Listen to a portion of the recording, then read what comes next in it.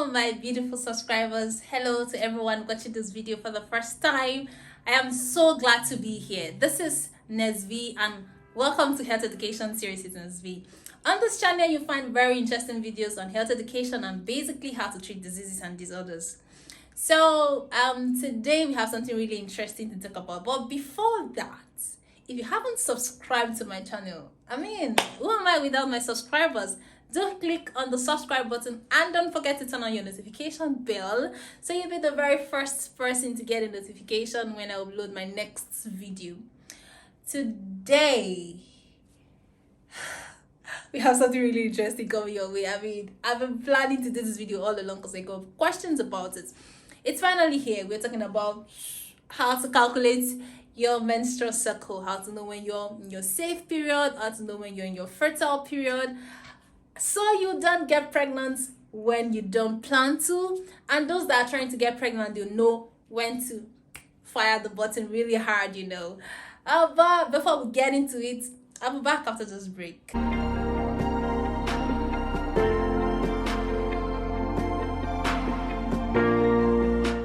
Now, talking about menstruation and ovulation, everyone has a peculiar cycle. There are different cycle lengths.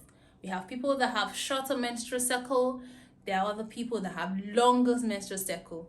But today, for the purpose of this video, we'll be focusing on the 28 days cycle. Now, for you to know your cycle length, you should have at least studied your menstrual cycle for at least 4 to 6 months, so you don't have to assume that your cycle is 28 days when it isn't. Now, basically, to know your cycle, now on the very first day that your blood shows up, the menses shows up, that is the very first day of your cycle. Now, that day to the first day of the next flow. Let me come again. The very first day your blood shows up and the first day of your next flow, if you calculate the number of days between, that's your menstrual cycle. Now, you have to study this for at least 4 to 6 months, so you know whether you're 28 days, whether you're 35 days, whether you're 30 days, and all of that. Now, many people make the mistake calculating the ovulation period. They don't know when they are safe, when they are not safe, but that's why I'm here for you. Now, basically, we are going to use 28-day cycle, for example. Now, this is your calendar. You can also use yours from your end. So this has 31 days. Let's say this is January or whatever, any of the months. Now, the very first day that the blood shows, let's say it's this day, on the 2nd of January. Now, if you count from the 2nd of January, and let's say the blood of the next flow comes up, there's no first. Let's say this is 1st of the next month, and your blood shows on the 1st of the next month. Within this is your cycle. So that's that for calculating to know your cycle length. Now, for a 28-day cycle, if you divide 28 by 2, it's equal to 14. Ovulation occurs basically on the 14th day of your cycle. That is when the egg is released. We are saying that blood for this month shows up on the 2nd of the month. That is our day 1. So let's count. Day 1, 2, 3, 4, 5, 6, 7, 8, 9, 10, 11, 12, 13, 14. This 14th day is ovulation. So let's note this. Now, because sperm stays alive for sometimes 48 hours, 72 hours, sometimes 5 days, that's the viability of sperm, you wouldn't want to play around days that are close to ovulation. So basically, 3 days before and 3 days after ovulation are days you shouldn't play around with if you don't want to get pregnant.